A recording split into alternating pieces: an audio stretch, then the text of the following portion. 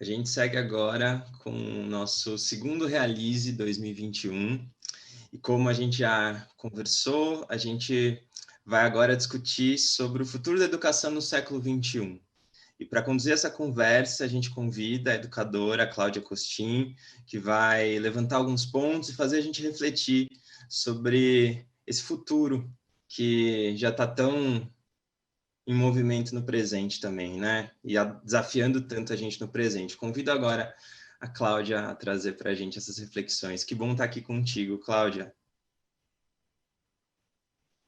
Oi, André, é um prazer te reencontrar. Já nos vimos algumas vezes antes. Queria, em primeiro lugar, agradecer a SM Educação, cumprimentar o Maurício Carrara, a Mariana, que também já foi parceira de projetos quando eu fui secretária de Educação do município, e muito animada de conversar com vocês essa manhã. Agora vem o grande desafio do dia, que é colocar a minha apresentação para poder ajudar com vocês, que eles têm um jeito novo de apresentar e eu vou ver se funciona aqui direitinho, tá bom? Então, vamos lá, um segundinho, eu já tinha entrado, mas vamos ver se eu consigo.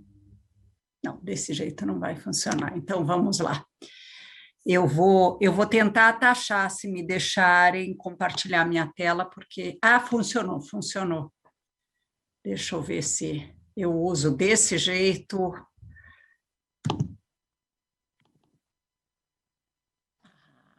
Agora sim, eu apresento do meu jeito, que eu prefiro. Você sabe que nós, idosos, estamos aprendendo também a viver no século XXI. Bom, gente, bom dia a todos, um ótimo evento para todos.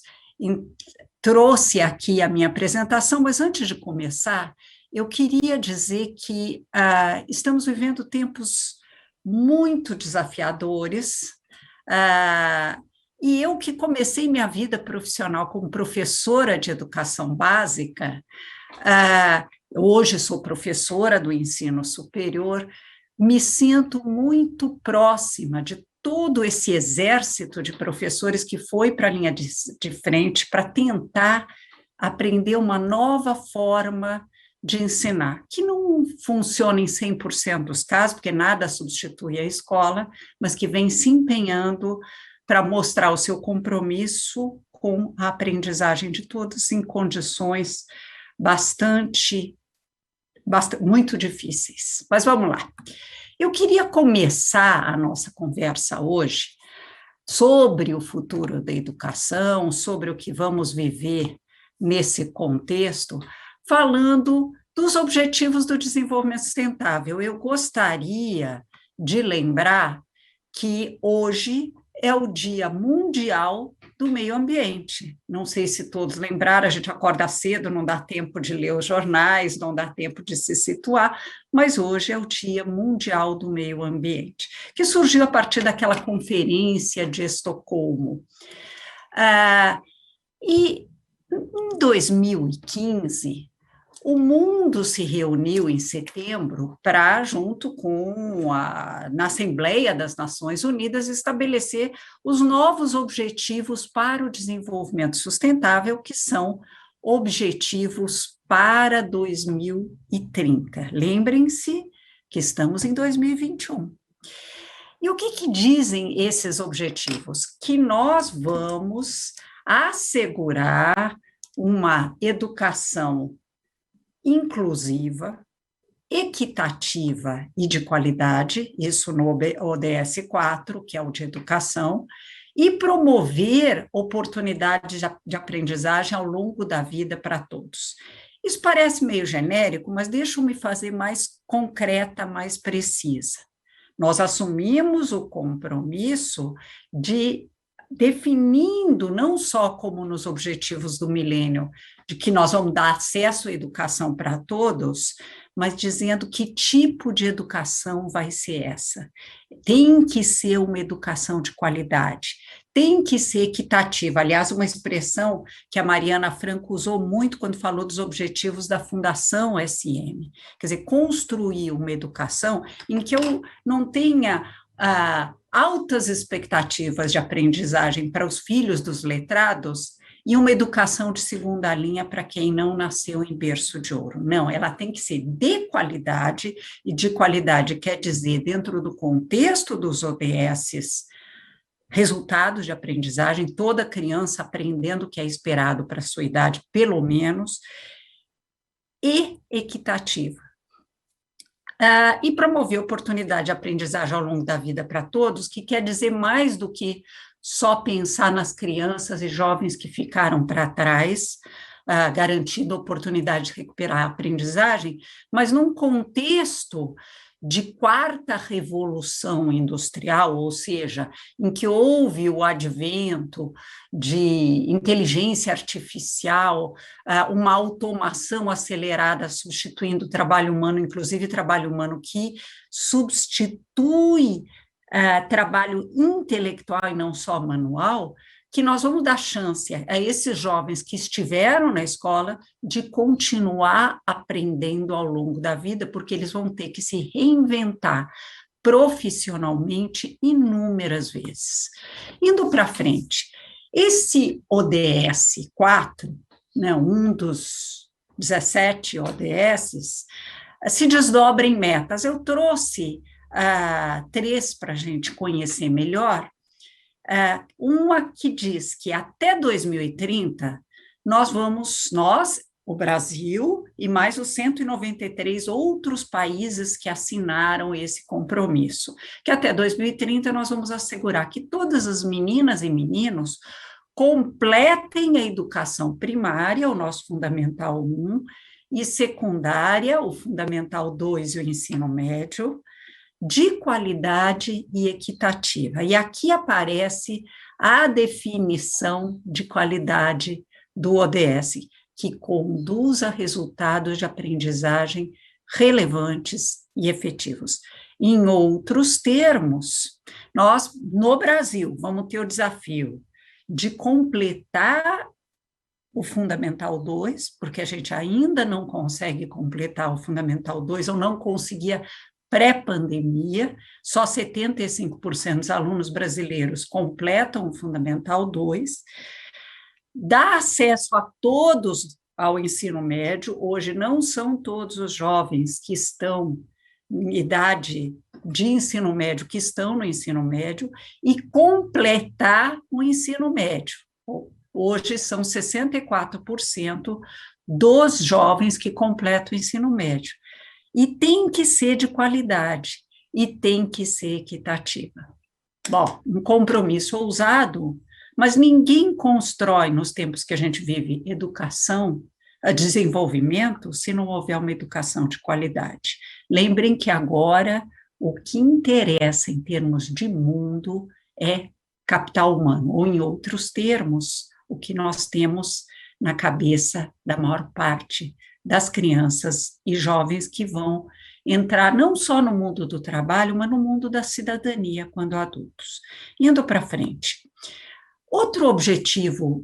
Outra meta, importante, em que se desdobra o ODS 4, é a de que nós vamos, até 2030, assegurar que todas as meninas e meninos tenham acesso a programas de primeira infância de qualidade, e reparem que aqui nós estamos integrando diferentes políticas públicas, pelo menos a política de educação, a de assistência social e a de saúde, para garantir bebês e crianças pequenas com pleno desenvolvimento, incluindo a educação pré-escolar, para que estejam prontos para o ensino primário, o nosso Fundamental 1, desculpem. E eu trouxe uma meta que eu inicialmente não ia trazer, mas em respeito a esse Dia do Meio Ambiente, eu achei que era importante, também ouvindo a Mariana falando, eu achei importante essa meta também aparecer aqui. São, na verdade, cerca de 7 metas, eu tinha trazido só 2, mas resolvi acrescentar essa, ouve a Mariana. que até 2030 nós vamos garantir que todos os alunos adquiram conhecimentos e habilidades para promover o desenvolvimento sustentável. Afinal de contas, nós temos que zelar pelo planeta que nós vamos deixar para as novas gerações, inclusive, entre outros, por meio da educação para o desenvolvimento sustentável. Então, nós nos comprometemos a oferecer educação para o desenvolvimento sustentável. Isso é uma outra disciplina? Não, isso tem que estar presente em todas as disciplinas. Isso tem que ser transdisciplinar. E estilos de vida sustentáveis. Muitos de nós, no isolamento que a pandemia trouxe, nos lembramos que muitas coisas que nós tivemos que abrir mão porque estávamos isolados, de repente não fazem mesmo sentido, não precisamos de tantos objetos, não precisamos de tantas roupas, não precisamos de tantas coisas. Direitos humanos, igualdade de gênero, promoção de uma cultura de paz, e não violência, isso é um papel fundamental da educação. Lembrem-se que pessoas que tinham uma educação formal, tida como de boa qualidade, na Alemanha nazista, cometeram atrocidades terríveis. E, a partir daí, houve um consenso que não basta educar para competências cognitivas, que é fundamental que se eduque para uma cultura de paz e não violência. A cidadania global, a que Mariana se referiu tantas vezes, e valorização da diversidade cultural. Nós, no Brasil, introduzimos na BNCC História da África, o orgulho de culturas regionais que se integram, sem deixar de lado o patrimônio construído também pelos europeus e pelo Oriente, que possa ser passado para as novas gerações, e de contribuição da cultura para o desenvolvimento sustentável. Muito bem, assumimos esses compromissos, mas como nós estávamos em educação antes da pandemia? Bom, infelizmente as notícias não são boas. Nós demoramos muito para universalizar o acesso à educação no Brasil e pagamos um preço grande por conta disso. Queria só lembrar que em 1930, enquanto a Argentina já tinha 62% das crianças na escola primária e o Chile 73%, nós só tínhamos 21,5%. Quando chega no fim da década de 60, a Argentina já tinha universalizado, a Chile já tinha universalizado o acesso ao ensino primário, e até a Coreia, que em 30 estava empatado com o Brasil, no final da década de 60, já tinha universalizado o acesso ao ensino primário. A tal escola pública de antigamente, que às vezes nas discussões de redes sociais se faz, não, aquela que era boa escola, eu estudei nos anos 60. No final dos anos 60, nós tínhamos só 40% das crianças na escola. Ou seja, ela era uma escola boa, entre aspas, ninguém avaliava, não havia avaliação externa, mas é porque era para poucos. Quem eram esses poucos? Geralmente, ou em grande medida, os filhos dos letrados. Agora, estamos com todas as crianças, a partir de meados do século, da década de 1990, nós estamos com todas as crianças no Fundamental 1, e a partir da primeira década do século 21, todos os adolescentes no Fundamental 2, mas não estamos aprendendo como deveríamos. O problema de aprendizagem que a gente vive no Brasil pode ser configurado no período imediatamente anterior à pandemia de duas maneiras. Primeiro, vivemos ainda uma crise de aprendizagem e, para complicar mais ainda, profundas desigualdades educacionais no período pré-pandemia e que a pandemia vai agravar de uma maneira inacreditável. O problema de aprendizagem, na verdade, começa cedo. Quase 55% dos alunos do terceiro ano do ensino fundamental, no segundo semestre, portanto, eles estão entre 8 e 9 anos, em média, não se alfabetizaram. Isso é inacreditável. Como é que nós deixamos que isso acontecesse? Mas aconteceu. Por que isso acontece? Os dados, esse dado que eu trago para vocês é da Avaliação Nacional de Alfabetização, cuja última edição foi em 2016, mas não há evidências de que depois disso as coisas mudaram expressivamente. Isso acontece por dois motivos. Primeiro, porque a ANA, Avaliação Nacional de Alfabetização, é aplicada só em escolas públicas. E, infelizmente, muitas vezes em escolas públicas nós temos baixas expectativas de aprendizagem. Um dos desafios do ODS-4 é porque a gente olha para as crianças em situação de vulnerabilidade com pena, mas não com um olhar emancipador, sem apostar no potencial dessas crianças.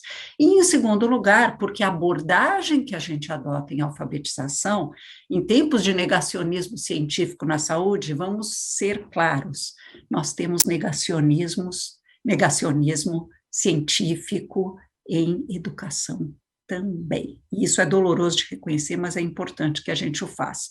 Então, a gente adota uma abordagem de alfabetização que a ciência não respalda. A Marianne Wolf, uma grande neurocientista especializada em leitura, fala que quando a gente alfabetiza pelo método global, ou seja, imaginando, ao contrário do que diz a Magda Soares, que ler e escrever é espontâneo, é natural, é nativo na criança, a gente tende a ter resultados desse tipo. Indo para frente, só 9,1% dos jovens do terceiro ano do ensino médio, aqui eu estou com dados do SAEB de 2017, aprenderam o suficiente em matemática, só para olhar um pouco para a outra ponta. Além, para trazer mais dados de copo meio vazio, o PISA, aquele teste internacional de qualidade da educação organizado pela OCDE, mostra resultados estagnados, né, ele é feito a cada 3 anos, os dados que eu estou trazendo é do PISA de 2018, estagnados num patamar baixo, tanto em leitura, quanto em matemática, quanto em ciências. São jovens de 15 anos que estão entre as 79 economias que prestaram o último PISA, entre as 20 últimas posições. Aí vocês podem dizer, bom, mas isso é porque o Brasil é pobre. O Brasil não é pobre. Nós somos a 12ª economia do mundo em termos de PIB. Nós não somos pobres, nós somos desiguais. Muito bem. E outro dado que nos choca no PISA é que nós somos a 2ª economia mais desigual entre as 79 que participaram. Ou seja, não só nós estamos com uma crise de aprendizagem, como nós temos desigualdades educacionais pré-pandemia. Mas o PISA não é só um exame, ele faz pesquisas com cada país para correlacionar resultados de aprendizagem com problemas e desafios de ensino. E o que eles detectaram? Que a profissão de professor no Brasil ainda é das menos atrativas, só 2,7% dos alunos brasileiros que participaram do último PISA disseram que a profissão dos seus sonhos é ser professor, e eu, como professora, me sinto triste com esse dado, e quem não torna a profissão de professor atrativa tem dificuldade de reter talentos, e para complicar mais ainda, diz a OCDE PISA, a formação que nós oferecemos para os futuros professores é muito desconectada da preparação para a profissão. Ou seja, enquanto a medicina é preparatória para a profissão, enquanto o curso de engenharia é preparatório para a profissão, nós achamos, né, e o Darcy Ribeiro tinha nos alertado a esse respeito, que basta fornecer teoria e um estágio de 4 meses para preparar para a mais complexa das profissões. Então, temos problemas. No entanto, há um lado de copo meio cheio também. Se a gente olhar para o IDEB, esse índice que mede a qualidade da educação, e lida com aprendizagem e fluxo, desde 2005 o Fundamental 1 vem melhorando. A cada edição do SAEB, que produz o IDEB. Nas últimas 5 edições do SAEB, nós tivemos melhoras no Fundamental 2. E no IDEB de 2019, finalmente esses avanços vieram para o ensino médio e houve um salto mesmo de qualidade do ensino médio. É porque 2019 foi um bom ano? Não, é porque resultados educacionais se acumulam ao longo dos anos. Indo para frente, olhando para o que apareceu no IDEB de 2019, eu fiz um estudo dos municípios e estados que mais avançaram. E a gente percebe que havia algo de comum naqueles que não só mais avançaram, mas a despeito de um nível socioeconômico mais baixo, têm logrado manter resultados melhores que os outros, até para a gente poder se inspirar no que o Brasil já faz bem feito. Bom, tiveram melhoria contínua em aprendizagem quem estabeleceu resultados claros a serem alcançados, não por uma escola só, mas por toda a rede, especialmente para toda a rede pública, a partir do ODS 4, ou seja, aprendizagem com altas expectativas, mas não só para quem já está motivado, mas para todos. Avançou consistentemente quem tinha um currículo claro.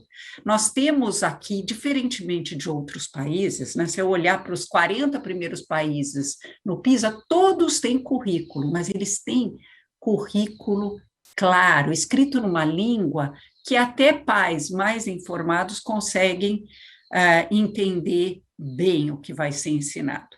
Aqui no Brasil, a gente custou muito a ter ao que estava preconizado na nossa Constituição, a Base Nacional Comum Curricular, e a gente escreve currículos, até os currículos de educação infantil, numa linguagem ininteligível, mas os currículos que ousaram ter o currículo claro e atuar em rede, e não com cada escola sendo quase que um feudo, cada uma produzindo sua política educacional, tiveram avanços consistentes. Monitorar continuamente, aqueles que monitoraram continuamente a aprendizagem. Avaliações diagnósticas a cada 2 meses, e que deram devolutivas para todos os diretores e todos os professores. Aqueles que criaram um sistema de recuperação de aprendizagem, que uma parte é desenvolvido por cada escola e outras pelas redes, e aqui, naturalmente, eu estou falando de redes públicas. Então, aqueles que prestaram atenção à enorme defasagem da série que o Brasil tem, e aqueles que estão no 4º a 6º ano e ainda não se alfabetizaram. Aqueles que construíram ações afirmativas, dando mais para as escolas que estão em situação de vulnerabilidade. E aqueles que desenvolveram, isso vale para escolas públicas e particulares, um trabalho colaborativo dentro de cada escola e entre escolas. O Michael Fullan, um grande especialista em educação, acho que um dos maiores do mundo, ele fala que o diretor da escola é aquele que introduz uma cultura de colaboração. E eu diria, o secretário de educação deveria criar uma cultura colaborativa entre professores e entre escolas. Indo para frente, deixa eu falar um pouquinho mais sobre a Revolução 4.0, a que eu me referi logo no começo, para a gente falar do futuro da educação. Porque o que a Revolução 4.0 traz, ou a 4ª Revolução Industrial, define o futuro do trabalho e o futuro da educação. Bom, quais são os desafios que o futuro traz para o Brasil? Em primeiro lugar, uma automação e mesmo uma robotização, e robotização eu estou usando aqui, como vários autores, como sinônimo de inteligência artificial. uma automação e uma robotização aceleradíssimas. Muito do que o ser humano fazia de trabalho intelectual já foi substituído por máquinas, e nós não estamos nos dando conta. O Osborne e o Frey, dois pesquisadores da Universidade de Oxford, dizem que até 2030, 2 bilhões de postos de trabalho vão ser extintos. E um estudo recente do Instituto McKinsey mostrou que as previsões deles se mostraram tímidas em termos de número de postos extintos. Aí vocês vão dizer, bom, mas como nas outras revoluções industriais, provavelmente outros postos de trabalho vão ser criados, o que é verdade.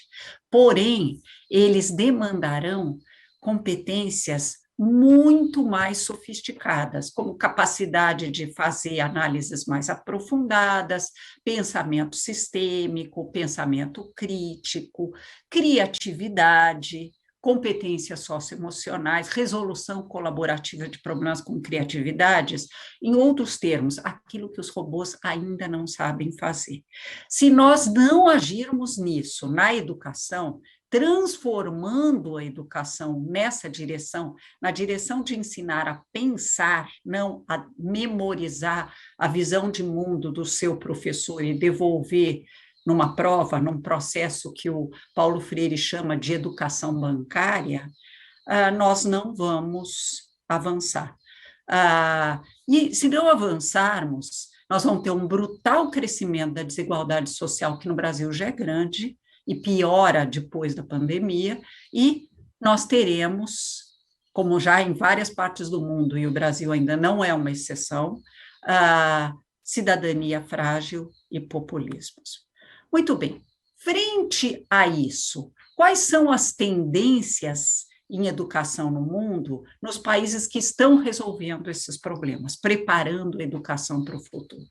Primeiro, foco em resolução colaborativa de problemas e em criatividade. Robôs não são criativos, eles conseguem replicar a criatividade humana se tiverem posto inputs, por exemplo, várias sinfonias de Beethoven, lá ele consegue criar uma sinfonia à la Beethoven, mas os robôs não viram Beethoven original. A flexibilização de currículos e interdisciplinariedades, que é praticada de muitas maneiras nesses países, como por aprendizagem baseada em problemas ou em projetos. A personalização do processo de ensino por meio de plataformas adaptativas, ou seja, usando a tecnologia a nosso favor, identificando insuficiências de aprendizagem de alunos e dirigindo por meio dessas plataformas usadas por um bom professor, para aquela aula digital que complementa a aprendizagem insuficiente que aquele aluno tem. A cultura digital e ensino híbrido, eu não preciso me aprofundar nisso, vocês vão ter uma palestra específica sobre isso, mas isso é algo que muitos países já faziam antes da pandemia, levando em conta o que está acontecendo no mundo do trabalho. E as competências para o século XXI, as chamadas competências socioemocionais.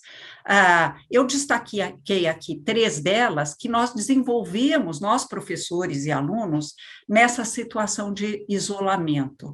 A adaptabilidade, todos nós, sem intencionalidade pedagógica, acabamos desenvolvendo um pouco na dor esse processo. Nos adaptamos a uma circunstância não planejada. A empatia, se colocar no lugar do outro que sofre, ou abertura ao novo.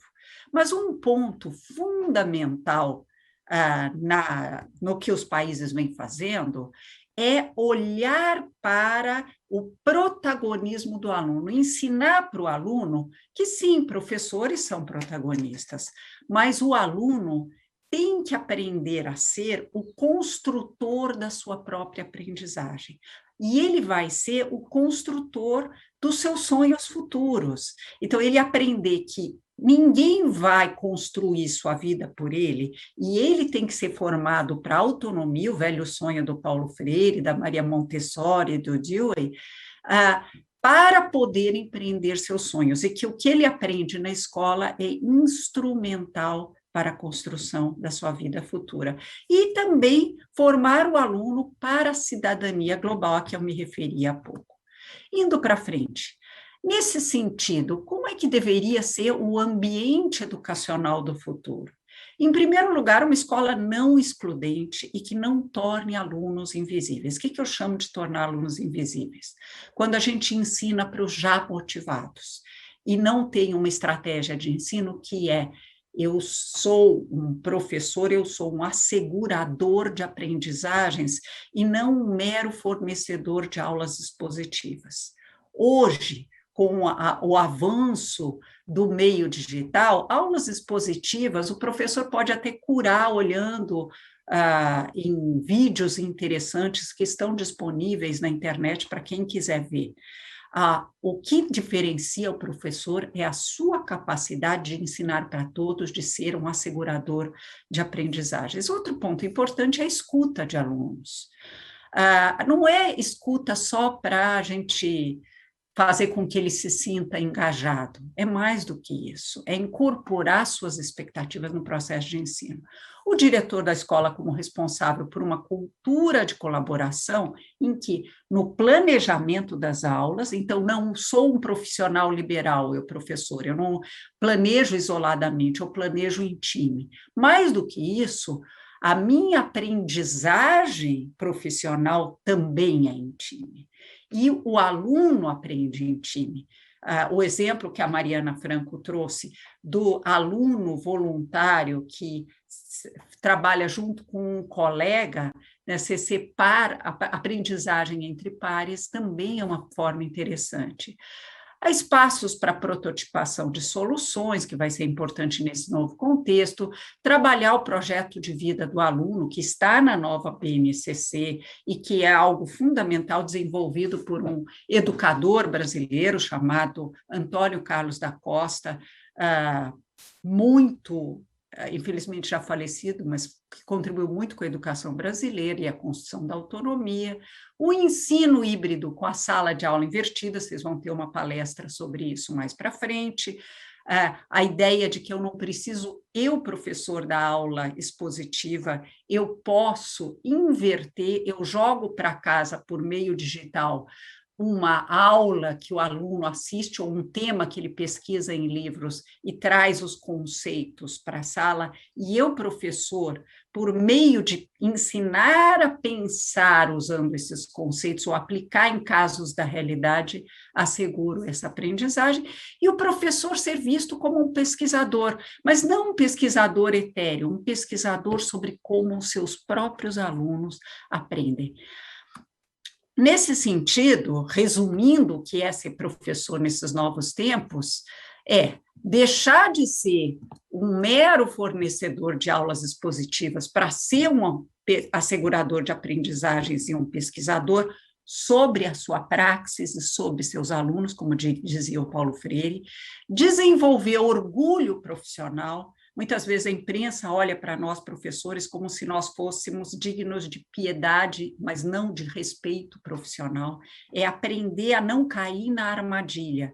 Quando alguém nos tratar com piedade, tadinho, é professor ou qualquer coisa assim, nós temos a mais importante das profissões. Então, nós podemos ter orgulho das nossas práticas e não pena. Compensar a formação inicial que o professor recebe na universidade, hoje ainda divorciada da realidade do chão da escola, com aprendizagem colaborativa ou em time, trabalhar colaborativamente com colegas no planejamento das aulas e criar uma mentalidade de crescimento na sala de aula, apostar que todos os alunos, inclusive aqueles que são taxados de desinteressados ou sem potencial, que todos podem desenvolver seus potenciais e mudar a relação com o erro, como diz a Carol Dweck. Erros são oportunidades de aprender e, afinal, ensinar a aprender, porque os nossos alunos vão ter que muitas vezes ao longo da sua trajetória de vida se reinventar profissionalmente. Nesse contexto, como é que fica a questão da Covid, que papel ela teve no século, para preparar para o século XXI. De uma maneira ou de outra, todos nós combinamos diferentes mídias para aprendizagem emergencial remota. A maior parte das escolas particulares usou uma combinação de plataformas online com roteiros de estudo, algumas plataformas síncronas, ou seja, simulta o professor lá dando a aula, outras assíncronas, com TV, que foi muito usado por redes públicas, e rádio para chegar em quem não tinha conectividade. Mas, de uma maneira ou de outra, nós tivemos que nos reinventar para que isso fosse possível. Outro ponto importante que o Brasil fez foi a atenção à desigualdade educacional. Muitos municípios foram para a casa dos alunos em situação de vulnerabilidade, junto com a assistência social, para garantir que todos se conectassem com a aprendizagem. Houve muita orientação para os pais em grupos de WhatsApp, por telefone, especialmente para pais de alunos de educação infantil.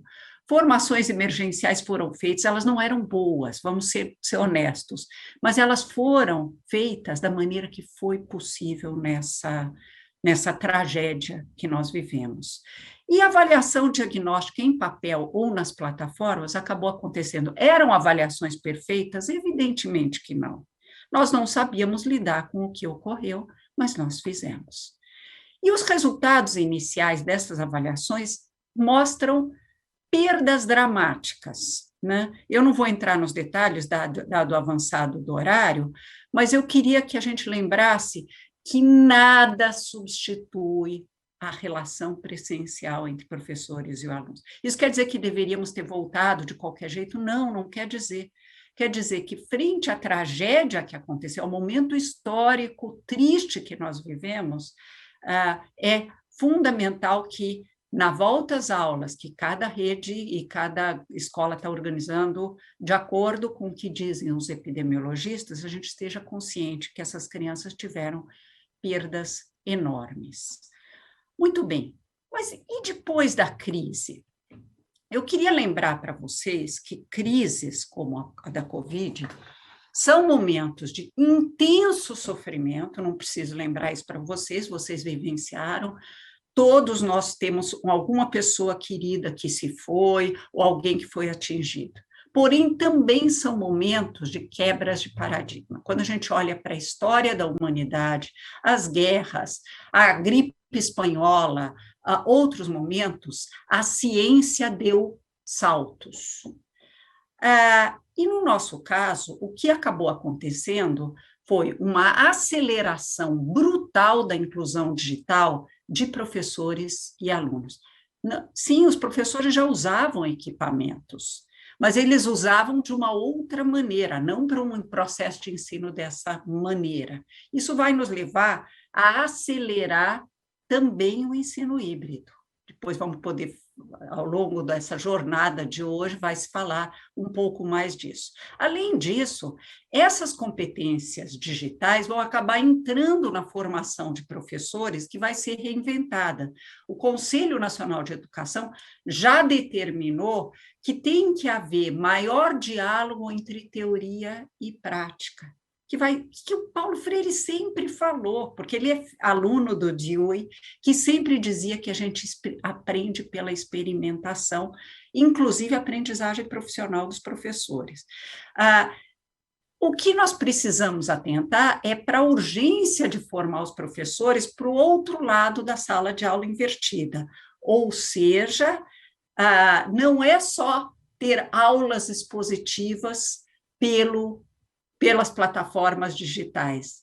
É muito mais, na sala de aula, você usar metodologias que engajem muito mais o aluno, que o ensinem a pensar, que permitam que, colaborativamente, eles prototipem soluções para problemas complexos, algo que os algoritmos, os robôs ainda não sabem fazer.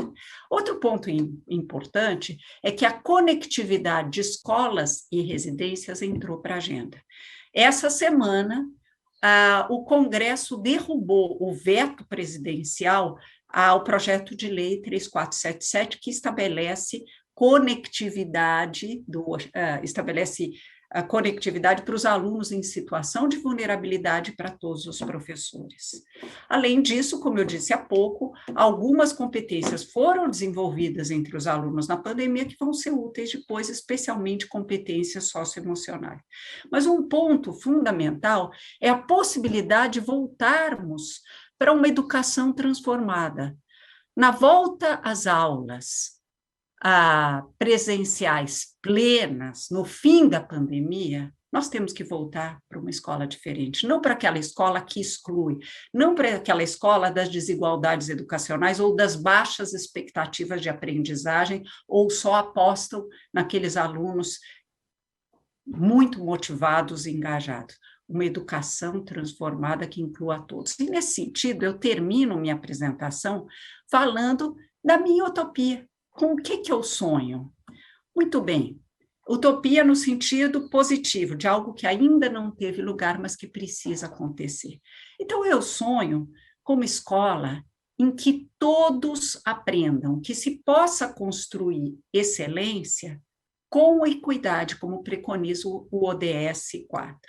Uma escola em que tanto os alunos quanto os professores trabalhem colaborativamente.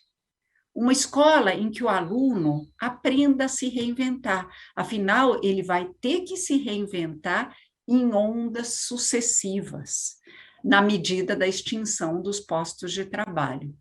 Uma escola, e aqui homenageando o centenário Edgar Morin, que completa 100 anos nesse mês, e que ainda está lúcido, um filósofo da educação maravilhoso francês, uma escola em que os saberes não estejam fragmentados. Um livro incrível dele, chamado A Religação dos Saberes, justamente critica, há cerca de uns 15 anos, a educação francesa, que, segundo ele, naquela época estava muito fragmentada em um número enorme de disciplinas, menos do que as nossas, mas enorme, para poucas horas de aula, no caso dele, 7 horas, no nosso caso, infelizmente, ainda predominantemente 4 horas e meia. Uma escola que ensine a pensar e a aprender. Nós temos que aprender a pensar, mas pensar não é decorar a visão de mundo do professor, é ser pensadores independentes. Quem decora a visão de mundo do professor e devolve numa prova se forma para ser dependente de guias geniais das massas. Nós não queremos isso, nós queremos autonomia. E ensine também a aprender. Uma escola que reserve tempo e espaço para formar para a autonomia. Como eu disse lá atrás, o velho sonho do Dewey, da Maria Montessori e do nosso querido Paulo Freire. Nesse sentido, eu termino com o meu sonho e também forneço aqui o meu Twitter.